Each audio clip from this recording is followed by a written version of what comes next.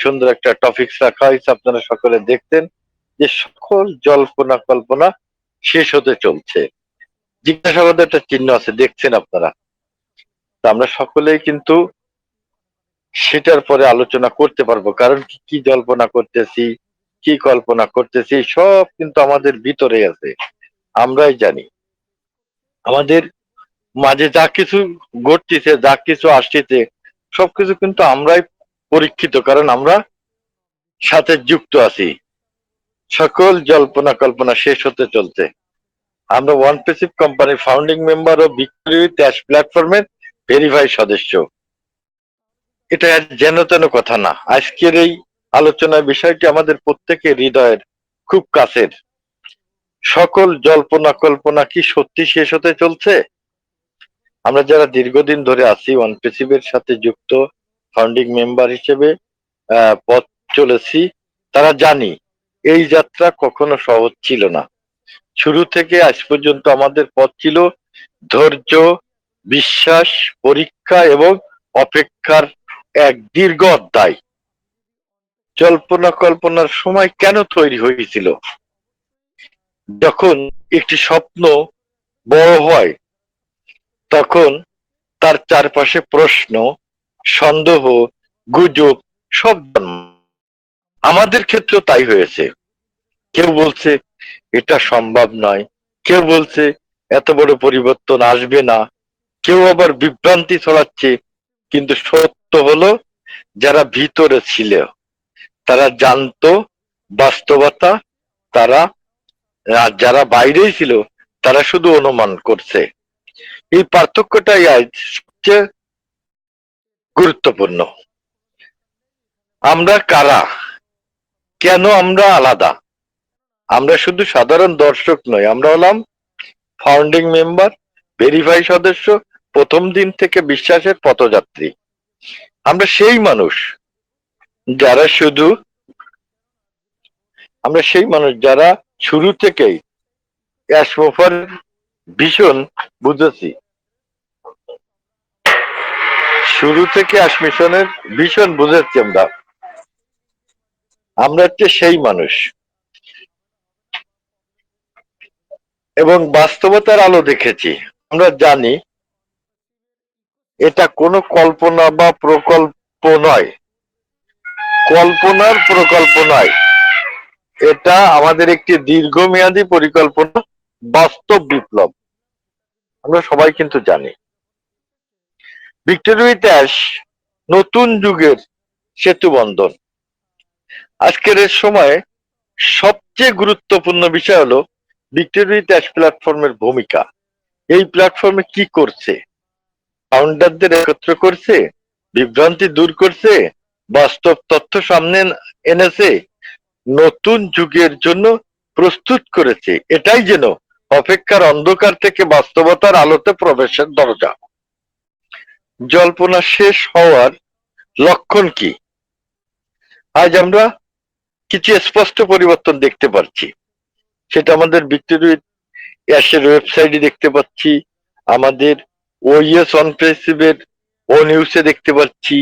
এই তথ্য হচ্ছে পরিষ্কার হচ্ছে, নেতৃত্ব সক্রিয় হচ্ছে, গ্লোবাল কমিউনিটি একত্র, নতুন সিস্টেম তৈরি হচ্ছে। আমরা হয়তো বুঝতে পারতেছি না, এগুলো প্রমাণ করা যাচ্ছে না, কারণ এগুলো প্রমাণ দিতে গেলে এক সাইডটা আগলা হয়ে যায়। সেই আগলাটা কিন্তু আমাদের সিও করতে চাচ্ছে না। আগে আগলা করে, যাই হোক, যা কিছু হয়েছে আমরা সকলে উপস্থিতি জানি। আমরা আর অনুমানের যুগে নাই, আমরা এখন প্রবেশ করছি বাস্তবতার যুগে। এই যাত্রার সবচেয়ে বড় শিক্ষা, এই দীর্ঘ অপেক্ষা আমাদের শিখিয়েছে ধৈর্য ছাড়া বড় কিছু পাওয়া যায় না। সত্যিকারের নেতৃত্ব সময় নেই, বিশ্বাসী সফলতার মূল শক্তি। এবং সবচেয়ে বড় কথা একটা হচ্ছে কি, আমরা সকলে জানি যে অনেক আমাদের কিছু কিন্তু উদাহরণ আছে। সেই উদাহরণে আপনার যদি আব্রাহাম লিঙ্কন, উনি কি বলছে, I am a slow walker but I never walk back. অর্থাৎ আমি ধীরে হাঁটি কিন্তু কখনো পিছিয়ে যাই না। আর লিও স্টল বলছে কি, লিও স্টল বলছে যে the two most The two most powerful warriors are patience and time. অর্থাৎ সবচেয়ে শক্তিশালী দুই যোদ্ধা হলো ধৈর্য এবং সময়। আরেকদিন কি বলছে আপনারা দেখেন, যে আমাদের মাঝে অনেক কনফিউশন হয়, সেই কনফিউশনের মধ্যে দিয়েও কিন্তু আমরা চালিয়ে যাচ্ছি।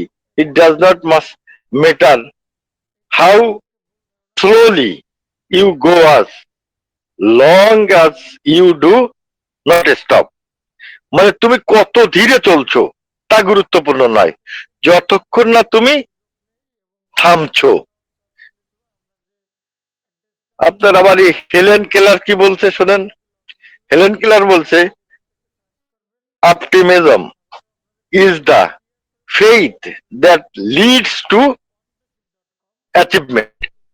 মানে আশাবাদী সেই বিশ্বাস যা সফলতার দিকে নিয়ে যায়। উইনস্টন চার্চিল কি বলছে শোনেন, success is not final, failure is not fatal, it is the courage to continue that counts. মানে সফলতা শেষ না, ব্যর্থতা মারাত্মক না, চলতে থাকার সাহসী আসল সেই স্বপ্ন। আজকের আমাদের বিভিন্ন লোকের কিন্তু উদাহরণ আমরা রিসার্চ করে করে কিন্তু পাচ্ছি।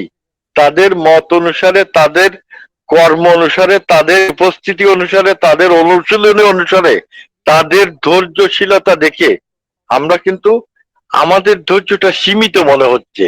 আপনারা হয়তো অনেকে মনে কষ্ট পাবেন না।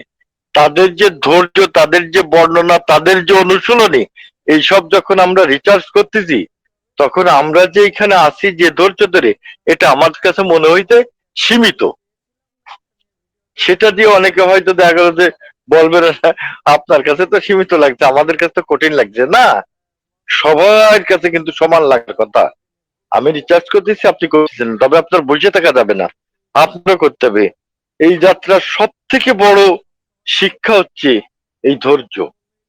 কিছু পাওয়ার জন্য না, এইখানে আপনি গড়ে উঠবেন, এইখানে আপনার ভবিষ্যৎ উজ্জ্বল করে দেবে, সেই স্বপ্ন দেখাইছে আমাদের সিও। তাহলে আপনি সেই যে স্বপ্নটা দেখাইছে আমাদের, কাজটা তিনি করতেছে, তাহলে আমার জল্পনা কল্পনা এগুলো করে আমরা কোনো লাভবান হতে পারবো না।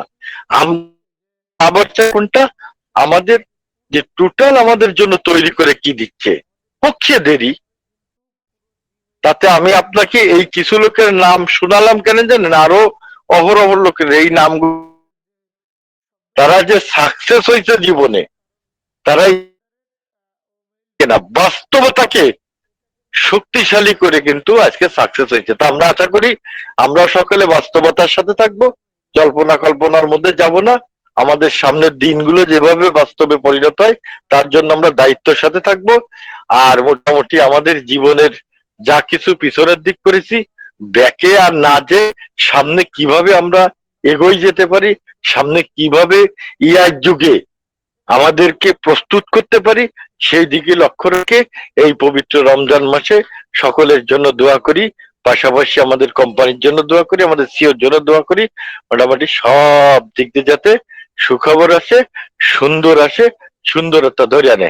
ধন্যবাদ সকলকে। যদি মজিবার স্যার থাকেন আসবেন।